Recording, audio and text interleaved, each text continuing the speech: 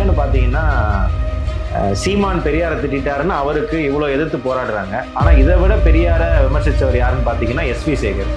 அவரோட மேடையிலேயே போய் முதலமைச்சர் என்ன பேசுறாருன்னா, எஸ்வி சேகர் நமக்காக பேசினா 2026 நம்ம கண்டிப்பாக ஜெயிச்சிருவோம்னு பேசுறாரு. அதே தான் எஸ்வி சேகர் தான். நீங்கள் அவரை கூட்டு போனீங்கன்னா உங்களை முடிச்சு விடுற வேலையை அவர் பண்ணுவார். இன்னைக்கு இப்படி பண்ணுறவர் நாளைக்கு மறுபடியும் பிஜேபி ஒரு சூழ்நிலை மாறுது, வேற ஒரு தலைவர் வராரு, இங்கே கொஞ்சம் பிரச்சனை அங்கே போயிடுவார். அதே மாதிரி இப்போ திரும்பி விஜய் பரந்தூருக்கு போயிட்டு வந்தோடனே பரந்தூர் எல்லா இடத்தையும் பேச ஆரம்பித்தோடனே அதுக்கு அடுத்த நாளே இவங்க எல்லாரும் போய் ஆர்கனைஸ்டாக 30 இயக்கங்களும் ஆர்கனைஸ்டாக போய் சீமான் வீட்டை முற்றுகையிடுறாங்க. இது எப்படி சார் கரெக்டாக பிளான் பண்ணி கொண்டு வர்ற மாதிரி இருக்கு? நான் கேட்குறேன், சீமானை கண்டிக்கணும்னா சீமானுக்கு அலுவலகம் இருக்குல்ல, அங்கே முற்றுகையிட வேண்டியதானே? வீட்டை போய் முற்றுகை எப்படிங்க அனுமதிப்பீங்க? நாளைக்கு முதல்வர் பிடிக்கலன்னு சொல்லிட்டு சித்தரஞ்சன் சாலையில் போய் முற்றுகையிடனா விட்டுருவீங்களா?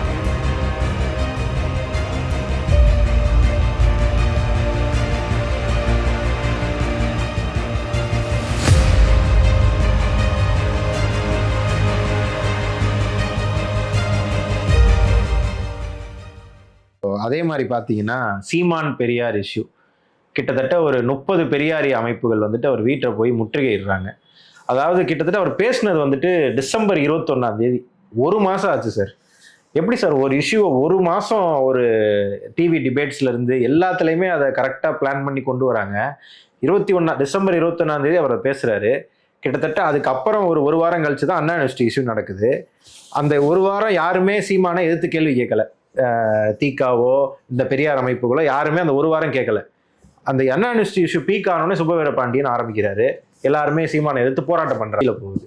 அதே மாதிரி இப்போ திரும்பி விஜய் பரந்தூருக்கு போயிட்டு வந்தோடனே பரந்தூர் எல்லா இடத்தையும் பேச ஆரம்பிச்சோடனே அதுக்கு அடுத்த நாளே இவங்க எல்லாரும் போய் ஆர்கனைஸ்டாக 30 இயக்கங்களும் ஆர்கனைஸ்டாக போய் சீமான் வீட்டை முற்றுகையிடுறாங்க. இது எப்படி சார் கரெக்டாக பிளான் பண்ணி கொண்டு வர்ற மாதிரி இருக்கு? இதுக்கு நான் பதில் சொல்லணும்னா அப்ஸ் டவுன் வரும். ஒரு இடத்துல சீமானை பாராட்டுவேன், ஒரு இடத்துல கண்டிப்பேன். இப்படிதான் வரும். ஏன்னா இந்த விஷயத்தை நீங்க ஒரே மாதிரி பார்க்க முடியாது. நீங்க பல பத்திரிகையாளர்கள் சீமான் பெரியாரை திட்டுறாரு அப்படின்னு ஒரு கோட்டர்ல வச்சு பாக்குறாங்க. ஆனால் சீமான் ஆரம்பத்துல பெரியாரை ஏத்துக்கிட்டு இது பண்ணுவாங்க. இதே இப்ப குளத்தூர் பணி எதிர்க்க வரக்கூடிய ஒரே ஸ்டேஜ்ல நின்று பெரியார் பண்ணுவாரு. அப்போ சீமான் திடீர்னு இந்த பிரச்சனையை ஆரம்பிக்கிறார். நீங்க சொன்ன மாதிரி அண்ணா யூனிவர்சிட்டிக்கு முன்னாடி இல்லை, அதெல்லாம் நடந்தா பிறகுதான். அண்ணா யூனிவர்சிட்டி பிரச்சனையை டைவர்ட் பண்ணது முதல்ல நம்ம கவர்னர் தான். ஆமா அந்த விஷயம் வந்துச்சு, வெளிநாடு பண்ணி டைவர்ட் பண்ணி விட்டாரு. மறுநாள் இவங்க எல்லாம் தூக்கின்னு ஆகா கவர்னர் தேவையில்லை, கவர்னர் ஐயோ கவர்னர்னு ஓடினாங்க. ஒரு நாள் உயிரோட இருந்தது. மறுபடியும் அண்ணா யூனிவர்சிட்டி மட்டும் லைட்டா அப்படி எடுக்க ஆரம்பிச்சது. இந்த நேரத்துல தான் ஒரு ரிப்போர்ட்டர் கேள்விக்கு இருந்த பதில சொல்லிட்டாரு. புலிவால பிடிச்சிட்டாரு, உடம்புல அவரால் கௌரவம் விட்டு கொடுக்கல. உடனே மறுநாள் எல்லாம் எனக்கு ஆதாரம் கொடுன்னு பெரியார் அந்த இவரு தாப்பே தேக்கா தந்தை பெரியார் திராவிடர் கழகம் ராமகிருஷ்ணன் வீடு முற்றுகைன்னு ஆரம்பிச்சு போனார். அப்போ ஆதாரம் கேட்டப்போ இவர் பெரியார் ஆதாரம் நீங்களே ஆதாரம் வச்சுட்டு என்கிட்ட கேட்குறீங்க, வீரமணி தான் உள்ள பூட்டி வச்சிருக்காருட்டார். ஏன் இவங்க போய் வாங்கினா புத்தகங்களாம் நாட்டு உடைமை ஆக்கினா ஆதாரம் கிடைக்கிறாரு. என் புத்தகம் இவரே போய் வாங்கிய இப்போ இருக்கிற புத்தகத்துல இருக்குமே பண்ண முடியாதா? படிக்கலாம். அதனால இந்த வாதம் ஏற்றுக்கொள்ளப்படாத வாதம். அதுக்கு பிறகு அவர் அதுக்கு வாதத்துக்கு வலு சேர்க்கறதுக்கு இன்னும் பெரியார் பேசினதெல்லாம், அதாவது ஒரு தலைவர் ஒரு காலகட்டத்துல பேசின வார்த்தைகளை இன்னைக்கு கொண்டு வந்துலாம் நீங்க அப்படியே போஸ்ட்மார்ட்டம் பண்ண முடியாது. இன்னொன்று 12 வயசுலேருந்து 13 வயசுலேருந்து குழந்தை பெற்று 12-13 வயசுல குழந்தை பெற்றுட்டா அந்த பெண்ணுடைய உடம்பு என்ன ஆகும்? இன்னொன்று வருஷத்துக்கு ஒரு பிள்ளை, இப்படியே அது 30 வயசு ஆகுதுக்குள்ள 10 பிள்ளை பெற்றுட்டு இருக்கோம். ரெண்டாவது படிப்பு கிடையாது. அடுப்பு ஊதும் பெண்ணுக்கு படிப்பு எதற்கு? ஸ்கூல்ல தாண்ட மாட்டாங்க. அதே தாண்டனா வேலை என்ன தெரியும்? வேலையே இல்லை. கல்யாணம் கட்டி கொடுத்தா கல்லானாலும் கணவன் ஃபுல்லானாலும் புருஷன். அப்போ என்ன அடிச்சு வச்சாலும் ஏம்மா அட்ஜஸ்ட் பண்ணி வாழு. நல்ல தங்கால் பார்த்துருக்கியா, நல்லாயினி பார்த்துருக்கியா, கண்ணகியை பார்த்துருக்கியா அப்படின்னு வாங்க. அப்போ இந்த மாதிரி கதையெல்லாம் சொல்லி அடிமைப்படுத்தப்பட்டது. இந்த காலகட்டத்தில் தான் பாரதியார் பெண்ணுக்கு தோல் மேலே கை போட்டாலே கூட கூட்டு போக கூடாது, தெரியும்ல. இவர் முன்னாடி போனோம், பெண் பின்னாடி வரணும். அப்படிதான் படங்கள்லேயே பழைய படங்கள்லாம் காமிப்பாங்க பாருங்க. அந்த மாதிரி இருந்த காலகட்டத்தில் தோல் மேல கை போட்டு அந்த அக்ரஹாரம் தெருவில் நடந்து போவாராம் பாரதியார். ஆமா, அந்த பாரதியார் படத்திலேயே அந்த சீனை காமிச்சிருப்பாங்க. அவர் பண்ணாத கூத்தே கிடையாது. அவர் வேற லெவல். அவர் பாரதியார் இன்னைக்கு பல பேரை பல மாதிரி சொல்றாங்க. ஆனா இவங்க இவ்வளவு பெரியார பேசுறாங்களே, அதை விட முற்போக்கு கருத்துக்களை பேசினவர் அந்த சமூகத்துல பிறந்த பாரதியார். நீ வந்து அன்னச்சத்திரம் 1000 கட்டு, நீ கோயில் கட்டு, நீ கோயிலுக்கு போய் தானம் பண்ணு. இது எல்லாத்தோட பெரிய தானம் ஒரு குழந்தை, ஏழை குழந்தைக்கு கல்வி கொடுக்கறதுன்னாரு அவர். சாதிகள் இல்லையடி பாப்பான்னு பாடினாரு. எந்த காலத்துல? இப்பவே உச்சத்துல இருந்த காலத்துல. இன்னும் இந்த பட்டியலின சிறுவர்களை கூப்பிட்டு பூணூல் அனுபவிச்சு அக்ரகாரத்துல சுத்த விட்டுவாரு. அவரெல்லாம் இன்னைக்கு இவங்க ஏத்துக்கல தெரியுமா? ஏன்னா அவர் வந்து அந்த ஜாதி, அதனால அவர் ஏத்துக்கூடாது. நல்லதை யார் சொன்னா யார் சொன்னாலும் எடுத்துக்கலாம். அதுவும் அவர் நம்மளுக்கு சொன்னவர், நம்ம கூட இருந்தவர், வறுமையில் பிறந்தவர், வறுமையில இருந்து போனவர். ஆனா உன்னுடைய பார்வை எப்படி இருக்குது? ஆனா நீ என்ன சொல்ற? நான் பிராமணர்களை எதிர்க்கவில்லை, பிராமணத்தை எதிர்க்கிறேன். அவரு ஒன்னை விட முற்போக்கு பேசினவர். ஆனா அவரை பிராமணர் அப்படின்றதுனால அவரை பெருசா அவரை கொண்டாடல இங்க. இது ஒரு விஷயம். பெரியார் அந்த காலத்துல இதை சொன்னாரு. அப்ப இந்த மாதிரி காலகட்டத்துல பெண்கள் குழந்தைகள் பெரும் எந்திரங்களாக வைத்து நடத்தப்பட்ட காலத்துல நீங்க உங்களுடைய அடிமை தளத்தை உடைக்கணும்னா நீ வந்து கர்ப்பப்பையை அகற்றினாலும் தப்பு இல்லைன்னாரு. அதுக்காக போய் ஹாஸ்பிட்டலில் போயிட்டு நான் அடிமை தலையை உடைக்க போகிறேன், என் கர்ப்பப்பையை அகற்றி விடுங்கள்னா பண்ண முடியுமா? மெடிக்கலி முடியுமா? பண்ண முடியாது. இது ஒரு சொல்லாடல், ஒரு வார்த்தை சொல்றது. அதை இன்னைக்கு தூக்கிட்டு வந்து பெரியார் என்ன சொன்னார் தெரியுமா? பெண்கள் எல்லாத்தையும், எல்லா பெண்களையும் கர்ப்பப்பை எடுக்க சொன்னாரா என்ன? அப்போ கொஞ்சம் படிங்க, கொஞ்சம் நியாயத்தை கொடுங்க, எதிராளிக்கும் நியாயத்தை கொடுங்க, கொஞ்சம் அந்த சூழ்நிலையை படிங்க. நீங்க எவ்வளோ பெரிய அறிவாளிகள், எல்லா விஷயத்தையும் நீங்க ரொம்ப நுணுக்கமா பேசக்கூடியவர்கள். அப்ப எந்த சூழ்நிலை இதே இவரு பெரியாரை ஏத்துக்கிட்டு இருந்தா இதை இப்ப நான் சொன்ன விளக்கத்தை சொல்லுவாரு சீமான். ஸோ அந்த இதை வந்து நீங்க அது கொடுக்கணும், அந்த நியாயத்தை கொடுக்கணும். இப்ப நான் சொல்றேன்ல மும்மொழி கொள்கை, நான் ஒரு திமுக பரம்பரை திமுக ஃபேமிலியை நான் அதுல இருந்து வந்தவன் தான். இது இந்திய எதிர்ப்பு எல்லாம் இது பண்ணால்தான். ஆனா ஒரு கட்டத்துல வரும்போது எது தப்பு ரைட்டுன்னு வரும்போது நம்ம புரிஞ்சுக்கணும், ஏத்துக்கணும். நல்லது எங்க இருந்தாலும் ஏத்துக்கணும், தவறு இங்க இருந்தாலும் கண்டிக்கணும். அதுதான் நீங்க பத்திரிகையாளரும் சரி அரசியல்வாதிகளும் இருக்கணும். அப்போ பெரியார் எடுத்து ஒரு பண்ண போராட்டங்கள் யாருக்கு யூஸ் ஆச்சு? டிஎம்கேக்கு தான் யூஸ் ஆச்சு. அவ்வளவுதான். இன்னைக்கும் பாருங்க, பாருங்க இவர் ஆமைக்கறி சாப்பிட்டேன் இதெல்லாம், அது கிட்டத்தட்ட உண்மைதான் அது.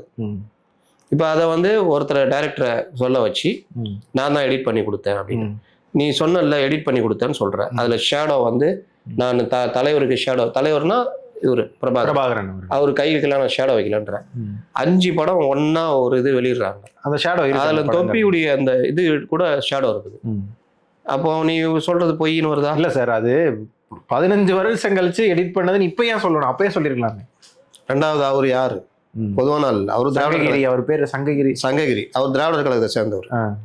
எல்லாத்துக்கும் மேல சீமான் அங்க போனதற்கு பலரும் பேட்டி கொடுத்திருக்காங்க. விடுதலை புலிகள்ல இருந்து வெளியே வந்த பலரும் வந்தாரு, இருந்தாரு. வைகோவே சொல்லியிருக்காரு, ஒரு நாள் இருந்துட்டு போனாருன்னாரு. பாரதி ராஜா பேட்டி கொடுத்திருக்காரு. நான் இவரு பிரபாகரன் கேட்டாரு, இவர் யாரு, நல்லா பேசுறாரு அப்படின்னு. நம்ம தம்பி தான், தமிழார்வம் கொண்டவர், நல்லா இது பண்றாருன்னா. அதற்கு பிறகுதான் அவர் அழைத்தார், அவர் போனாரு, நான் சொல்லிதான் போனாருன்னு பாரதி ராஜா பேட்டி கொடுத்திருக்காரு. இன்னைக்கு பாரதி ராஜா கூட்டு வந்து சொல்ல மாட்டாங்க, ஏன்னா அவர் கொஞ்சம் இவங்க சார்பில் இருக்கிறாரு. இல்லாட்டி பாரதி ராஜாட்ட நீ நல்லா கேட்குறேன், பத்திரிகையாளர் போய் பாரதி ராஜா பேட்டி எடுங்க, நீங்க சொன்னது உண்மையான்னு கேளுங்க.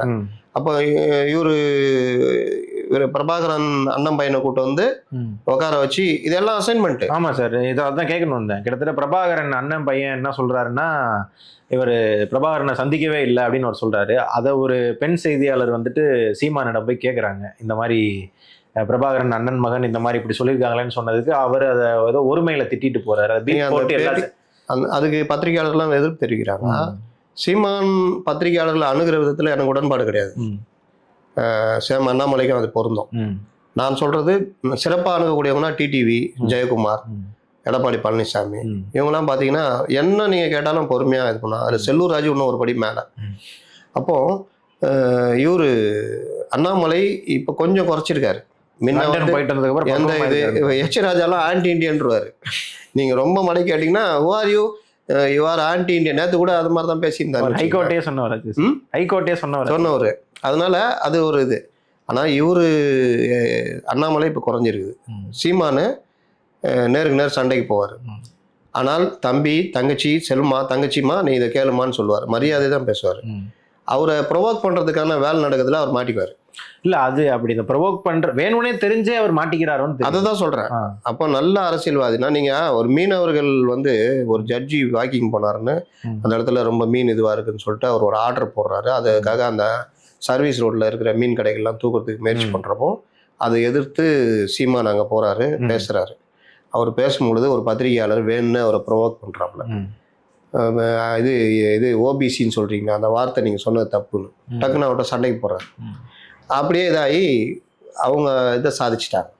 இவர் எந்த நோக்கத்துக்கு போனாரோ அது பின்னாடி. ஏன்னா இவர் ஒரு ஒரு கரெக்டான விஷயத்த பேச போனாலும் இவர் அதுல இருந்து மாத்தி அப்படியே கூட்டிட்டு போயிடுறாரு. அதான் மடைமாற்றுறதுன்னு. அதுக்கு நீங்க மாட்டிக்கூடாது. நீங்க பாத்தீங்கன்னா இப்போ எடப்பாடியோ இல்ல யாரையோ பாத்தீங்கன்னா இந்த வேலை பண்ணும்போது அவங்க மாட்ட மாட்டாங்க. நீங்க அதை விட்டுருங்க. இது பண்ண ஓபிஎஸ் அதிமுகவிலிருந்து பிரிந்து சென்ற ஓபிஎஸ்ன்னு வேணுன்னே கேட்பாங்க. அது கோவப்பட்டு நீ யார் எந்த சேனல் வேணும் பண்றியா, சன் டிவியா நீ, அதுவா இதுவான்னு போட்டா அப்படியே போவோம். ஆனா ஏங்க அவர் நீக்கப்பட்டவருங்க, தயவுசெய்து இனிமேல் அந்த வார்த்தையை கேட்காதீங்க, சரி அடுத்தது அப்படின்னு போயிடுவாங்க. அப்போ அவங்களுக்கான அந்த அனுபவம் தான் மேட்டர். நீங்க நிதானம் இழக்காமல் இருப்பது தான் தலைவனுக்குரிய பண்பு. எல்லாரையும் எடை போடணும், பேசுறது முதற்கொண்டு. இது இன்னைக்கு சேம் அதே தான். இப்போ பிரபாகரன் அண்ணன் பையனுக்கு நான் வர்றேன். அவர் பேட்டிக்கு கீழேயே ஒருத்தர் போட்டிருக்காரு, ஒரு விடுதலை புலிகள் இது பண்ணவர். இவரே அப்போ வந்தது இல்லைங்க, இவர் இங்கே இருந்தது லண்டன்ல தான் இருந்தார். பிரபாகரன் ஏன் பெருமைக்குரியரா போற்றப்படுகிறாருன்னா கடைசி வரைக்கும் தான் ஃபேமிலியை கூட கொண்டு போய் செட்டில் பண்ணல. வெளியே அவர் நினைச்சிருந்தா இந்த யுத்தம் ஆரம்பிக்கும் போது ஒய்ஃபு, பொண்ணு, பையன், எல்லா பெரிய பையன். அவர் ஒரு இன்டர்வியூல சொல்லியிருப்பாரு, அது என்ன என் ஃபேமிலிக்கு மட்டும் தனி, இது எல்லா வீரர்கள் மாதிரி என்னோட ஃபேமிலி இங்கே தான் இருப்பாங்க. அந்த அவர் விஷயத்துல மாற்று கருத்து இருந்தாலும் எனக்கு அந்த அவர்கிட்ட பிடிச்சது அந்த தியாகம். தன்னுடைய ஃபேமிலியை வெளியே இன்னைக்கு நீங்க ஒரு தெய்வம் மாதிரி பார்ப்பாங்க. ஆமா, வசதிக்கு பஞ்சமே இருக்காது. எந்த நாட்டில் வேணாலும் தஞ்சம் அடைஞ்சிருக்கலாம் அவரும் கூட. ஆமா, ஆனா அவரும் போல, சின்ன பையன் பாலச்சந்திரன் உட்பட போல.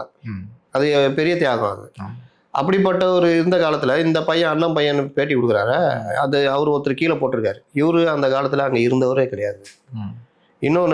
இன்னொரு விடுதலை புலி பேட்டி கொடுக்குறாரு, எக்ஸ் விடுதலை புலி.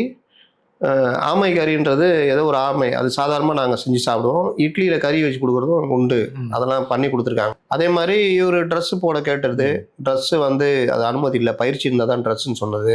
பயிற்சி வேணா பயிற்சி எடுத்துக்கணும்னு சொன்னது. அதில் அவர் AK-72 ஏதோ ஒன்று சொல்லிட்டாரு, AK-74ன்னு அது தப்பாக இது பண்ணிட்டு பண்ணுறாங்க. இன்னொன்று நான் சொன்னேன்ல, எம்ஜிஆர் கூட இருந்தால் அறிவாளி, வெளியில் வந்தால் கோமாளி. அப்போ திமுகவை தொடர்ந்து ஒருத்தர் எடுத்துருக்கிறான்னா அவனை வந்து கோமாளியாக அவன் பேசுற எல்லாத்தையுமே தப்புன்ற விஜயகாந்த் பண்ண மாதிரி பண்ண பாக்குறாங்க. அதுக்கு இவரும் மாட்டிக்கிறாரு, கோவப்படுறாரு. இன்னைக்கு வந்து நீங்க சில விஷயங்கள் சொல்றாருல தேவையில்லைன்னு, இப்போ அதை விடுங்க. அவர் முதல்ல ஒரு பேட்டியில சொல்லியிருப்பாரு, நான் இதுவே கிடையாது. அதுக்கும் அங்கேயும் இந்த கேள்வி வரும், பிரபாகர் அண்ணன் பையன் கேள்வி வரும், நான் அவர் கூடயே போலங்க விட்டுருங்க அப்படின்ற மாதிரி பேசியிருப்பாரு. ரெண்டாவது வந்த கேள்வியில தான் இந்த தனி பேட்டியில தான் அவர் சொல்றாரு, அவர் சொன்ன வார்த்தை பீப், இந்த பீப் சவுண்ட் கொடுக்குறாங்க. அந்த பீப் சவுண்டுக்கு பின்னாடி இவர் என்ன சாதாரணமாக சொல்லியிருந்தா கூட அது பெரிய வார்த்தையா என்ன வேணா யார் வேணா அவர் இப்படி சொல்லிட்டு இப்படி டக்குன்னு திரும்பி கற்பனைக்கு கற்பனைக்கு வேணா அந்த வார்த்தையை பொருத்திக்கலாம். அதனால உடனே பொங்கிட்டாங்க. பெண் இதுன்னு ஒருத்தர் கொஞ்சம் கௌரவமா பெண் பத்திரிகையாளர்கள் பேட்டி கொடுக்கும்போது அதுக்கேற்ற வார்த்தைகளை பயன்படுத்தணுன்ற மாதிரி ஓரளவு கௌரவமா தான் விஜயகாந்த் மாட்டிக்கிட்டாரு. உண்மைங்க, 100%ங்க. ப்ரொவோக் ஆகுறது, கோவப்படுறது, நிதானம் இழப்பது, இது எல்லாமே இது. இன்னொரு மேட்டருக்கு வர்றேன்.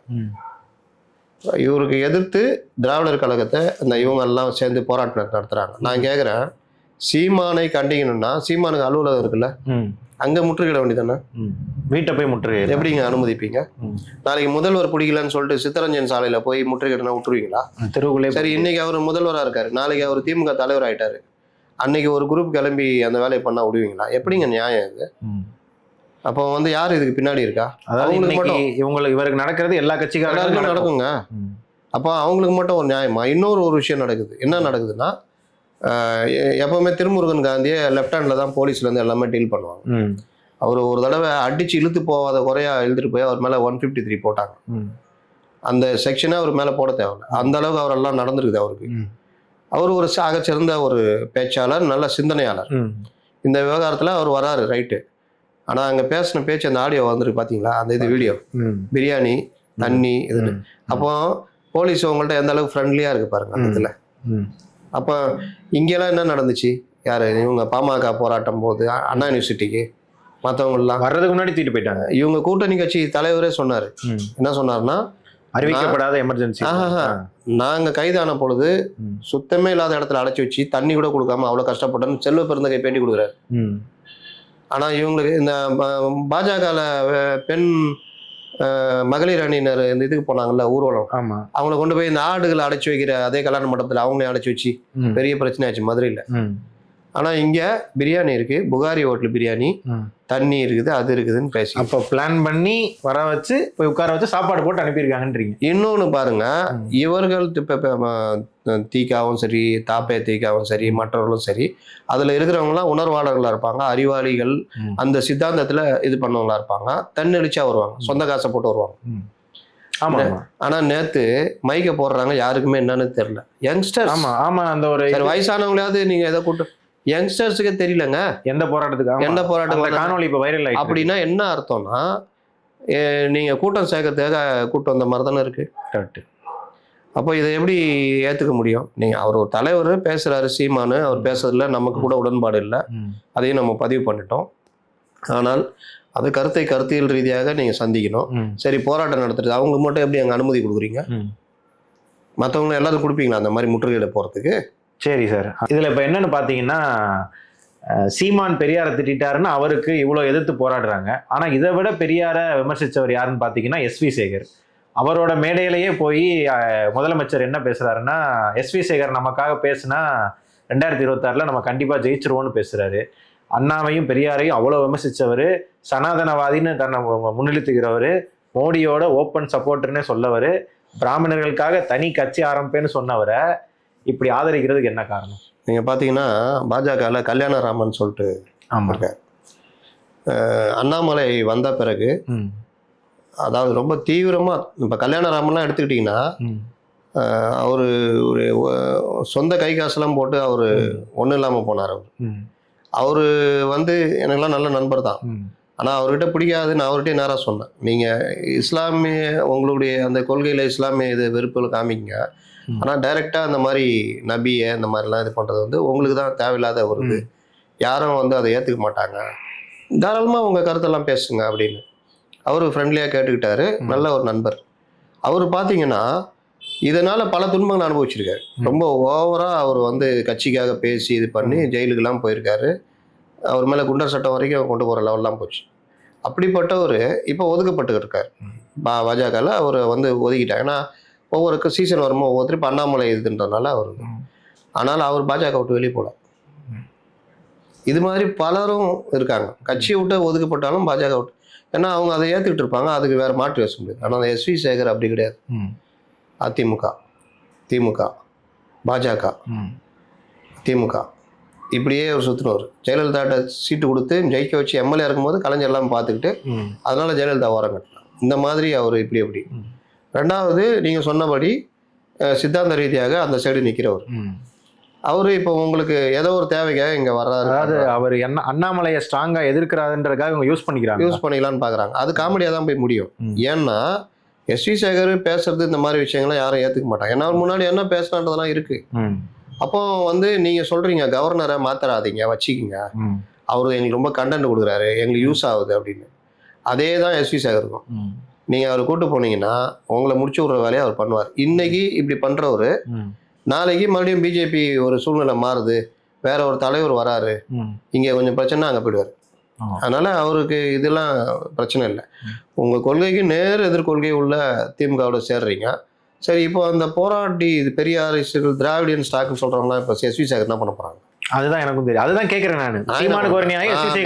நான் ஒன்றும் திராவிடியன் ஸ்டாக் கிடையாது, நான் ஒன்றும் பெரியார் பேரன் கிடையாது. என்கிட்ட கேட்டா எனக்கு என்ன பதில் இருக்குது? அதனால திடீர் போராளிகள்கிட்ட தான் கேட்கணும். ஏன்னா வா இப்படி சொல்றீங்க, இவர் கூப்பிட்டு வச்சுட்டு அவங்க அப்பா பேரை வைக்கிறாரு, இந்த மாதிரிலாம் சொல்றாரு, இந்த மேடையிலேயே ஏத்துக்கிறேன்றாரு. அதனால இதுடைய இதுவும் நடக்கும். அவர் ஏதாவது ஒன்று போய் பேசுவாரு, அதுக்கு இதுவும் காமெடியா மாறும். ஏன்னா இந்த காலம் வேற காலம், சமூக வலைதள காலம். சரி சார், இது வரைக்கும் பல கேள்விகளுக்கு விரிவாக பதிலளிச்சிங்க. நன்றி சார். நன்றி.